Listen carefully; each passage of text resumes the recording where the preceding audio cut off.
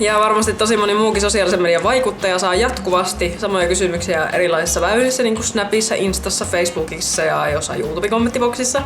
Tää video kertoo minusta niitä asioita, joita te kysytte kaikista eniten, ja voisi sanoa, että melkein päivittäin tulee joku näistä kysymyksistä, joten tiedän, että tämä on hyvin kuuma aihe. Annoin teille mahdollisuuden kysyä vielä vähän lisää Instassa, ja poimin sitten täältä Instan kommenteista muutamia semmoisia kysymyksiä, jotka toistuu sillä kerta toisen jälkeen, ja kaikki muut sitten tulee ihan vaan oman kokemuksen myötä, kun me tiedän, mitä asioita minusta kysytään jatkuvasti. Jos ei tiedä, että joku sun kaveri on sellainen, joka todennäköisesti voisi kysyä vaikka minusta näitä asioita, eikä tiedä näitä asioita, niin olisi ihan niinku best ever, jos laittaisi sitä videon jakoon sun kaverille, niin sitten nekin saisi tietää vähän uusia asioita. Jos ihan näin aloitetaan kuin AA-kerhon miitissä, niin hei, minä olen Susanne, minä olen päälle parikymppinen ämmä täältä Joensuusta, Pohjois-Karjalasta, Kontiolahdalta vielä tarkemmin, eli minä itse määrittelen olevani kuitenkin joensuulainen, vaikka asunkin Kontiolahdella. Kaksi eri asiaa. Nyt me oikeastaan vasta pari vuotta asunut sitten täällä niin kuin Kontiolahden maagisen rajan toisella puolella, oli vielä enemmän täällä niin kuin korvessa. Millaisia väriä sinun hiukset?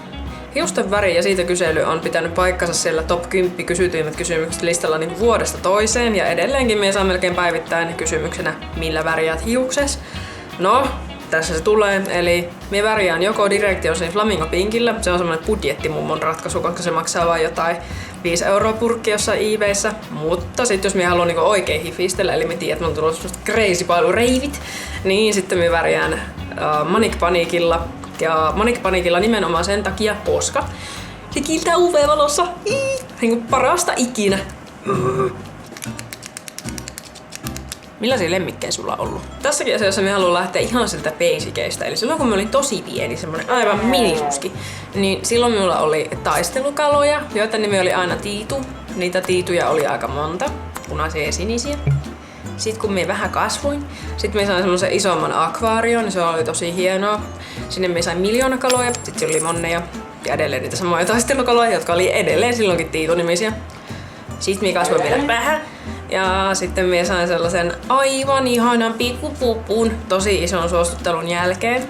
Ja Nuppu oli meidän pikkunen kääpiöluppakorvakani ja se eli noin 7-vuotiaaksi, jos en minä väärin muista.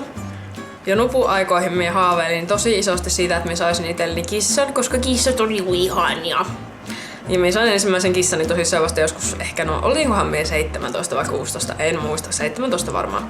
Minä asuin silloin minun äidin kanssa yhdessä ja sitten me oltiin pitkään yhdessä mietitty, että nyt otetaan kissa. Sitten me käytiin hakemassa Lenore, Pyhä Birma, kissu. Syy miksi et ole ikinä nähnyt Lemppua vaeltamassa täällä videolla meidän asunnossa on se, että Lemppu asuu tosissaan minun äidin luona. Ja meillä on sitten ihan erilainen kissu itellä. Missä hän on? Ui, hän on siellä. Ottakaa hetki. Tässä on meidän kissu. Hän on mäyski. Hän ei tykkää olla sylissä, mutta minä silti häntä pidän aina välillä. Mäyski on tosissaan noin, onkohan se nyt 5-vuotias, 5,5-vuotias. Minun nähdäkseni jonkin sortin Norjan kissa, koska tää on hyvin tuuhea ja hyvin tämmönen pörröinen kaveri. Mäyskit on tosi seurallinen ja tykkää ihmisistä ja tykkää nukkua minun päällä, myös veteen päällä. Mäyski on siitä vähän hassu toveri, että se yleensä rellottaa aina vähän siellä sun täällä silleen selällään ja hyvin epäkissamaissa asennoissa, osaa temppuja ja aina kun me tuun kotiin, niin se on ovella vastassa niin kuin joku koira. Sano moi. Sano moi. Siinä oli Mäyski.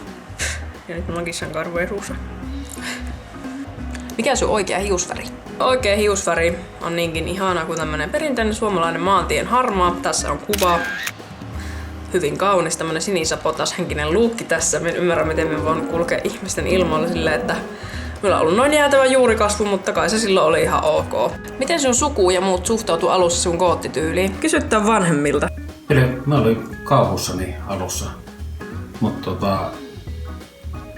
se jontaa tonne varhaisiin kouluaikoihin, niin muistot punkkikausiin ja muihin, milloin jengi rupesi pukeutua joskus 70-80-luvulla, niin silloin rupesi löytyä näitä mustiin vaatteisiin pukeutuneita henkilöitä enemmän ja niitä silloin nimitettiin vähän tietyllä nimikkeellä, jota nyt en kehtaa tässä erikseen mainita, mutta kyllä se vähän hirvitti silloin, mutta siitä se pikkuhiljaa rupesi omaksumaan omaksi tyylikseen hän ja kyllä se meillekin sitten rupesi uppoamaan, että hän on löytänyt oman tyylisen ja hyvä näin. Se oli järkytys. Järkytys. Oikeesti. Kun se itsekin, me muistan, kun se oli pieni, nimittäin yhden mun työkaverin tytär oli koottityylinen, niin me muistan, että pienenä sanoit, että minä en ikinä kyllä ainakaan rupea tuommoiseksi. No niin, kato, ikinä pitäisi sanoa ikinä. Se on varmaan yleisen reaktio niin vanhemmilla, kun tulee tällaisia äkillisiä muutoksia, tyylimuutoksia, niin totta kai se herättää ensin huolestuneisuutta ja että mistä se nyt tulee. Mutta kyllä sen verran ollaan kuitenkin modernia aikuisia oltu Kirsin kanssa, että kyllä me aika äkkiä niin havaittiin, että tämä on ihan ok. Minä haluan tässä painottaa, ettei vanhempien hyväksynyt saa koottityylisenä välttämättä ihan niin helposti elämässä tiellä kuin voisi kuvitella. Vaikka itse ajatteleekin, että etkö se tajuu, tämmönen minä oon? niin muiden silmissä pelkkä musta vaatetus saattaa näyttää helposti tältä. Ne ihmiset, jotka ei kuitenkaan vuosienkaan jälkeen hyväksy sinun ulkonäköä sellaisena kuin sinä oot, ei minun mielestä ansaitse saada siulta rakkautta sen enempää kuin mitä nekään antaa siulle. Klisseistä, mutta totta. Ootko sinä kokenut mitään paranormaalia? Vastaus on, että en oikeastaan, tai sit en osaa oikein sanoa, että voiko sen vielä selittää vai ei. Minulla on ollut elektroniikan kanssa tosi monesti semmosia jänniä vikatiloja tavallaan, mitä en ole osannut millään tavalla selittää, että miten se olisi mahdollista. Mutta esimerkiksi yksi kerta Pete oli sairaalassa. Me olin yksinään kotona, kattelin Netflixiä jotain meiningillä olohuoneessa. Meillä oli portaiden päässä parvella sänky ja sitten siinä oli herätyskello sen sängyn vieressä. Se herätyskello, semmoinen digitaalinen herätyskello, on aina ihan niin kuin normaalisti säädettynä silleen, että siinä on herätysaika aina töihin tyyli, oli joskus 6. No, me kattelin siinä elokuvaa, se oli jo reilusti yli puolen yön kello kuitenkin. Ja sitten yhtäkkiä se herätyskello rupesi niinku soimaan ihan täysillä, siis ei niinku millään tavalla silleen normaalilla, tiettekö, herätysvolyymillä, mikä se yleensä on aina se pipi, vaan se rupesi soimaan silleen niinku tosi kovasti se herätyskello. No, minä komusin sinne niinku ne rappuset sinne parvelle. Ja sitten se herätyskellon luku, mikä näkyy siinä ruudussa, niin se ei niinku pitänyt millään tavalla paikkansa, se ei ollut niinku sen hetkinen aika, vaan se oli just joku tyyliin 333 tai joku vastaava, se oli joku tosi creepy numero, nimenomaan just joku tasaluku ja sitten se kello soi siihen samaan aikaan. Ja sitten me yritin saada sitä kelloa pois päältä. Me rämpäsin niinku sitä on-off-nappia tietenkin silleen, mitä tämä tapahtuu? Joo, no se ei sammunut, siis se herätys ei lähtenyt pois. Sitten kun me nykäsin töpselin irti, niin se siitä huolimatta jatkoi vielä jonkun aikaa soimista, vaikka sen pitäisi sammua niin kuin ihan silleen pup. Oliko se paranormaalia vai ei? En tiedä. Minkä takia se aloitit tubaamaan? Tällä minun tubeuran alkamisella on tosi diippi tarina. Me oli laiska. Me kirjoitin jo itse blogia niihin aikoihin, kun tää tubekulttuuri alkoi heräilemään. Ja silloin meillä vaan tuli yksi päivä semmonen olo, kun meillä oli ihan hillitön määrä tavaraa tullut postista meiningillä. Ja sitten me olimme silleen, emme jaksa kuvata näitä kaikkia. Silloin näihin aikoihin vaatepostaukset oli semmonen iso juttu koottiskenessä. No, sit me otin vaan kamera silleen, laitoin sen paikalle ja kuvasin kaiken purkkiin yhdellä otolla ja editoin se sitten tosi kämäisesti ja räkäsin sen YouTubeen. Ja siitä se ajatus sitten lähti. Sitten me olin huomannut, että oli tullut uusia lukijoita lisää, että teitä oli nyt 180 kipaletta. Mikä oli sun ensimmäinen lävistys?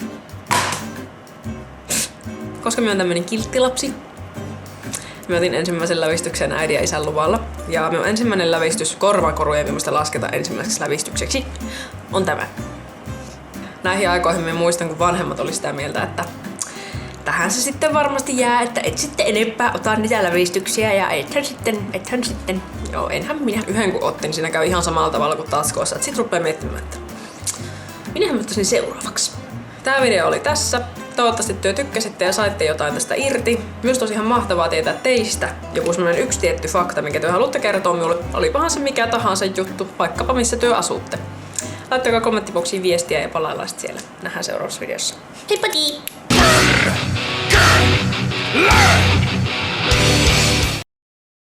Tämä on minun pieni lapsi.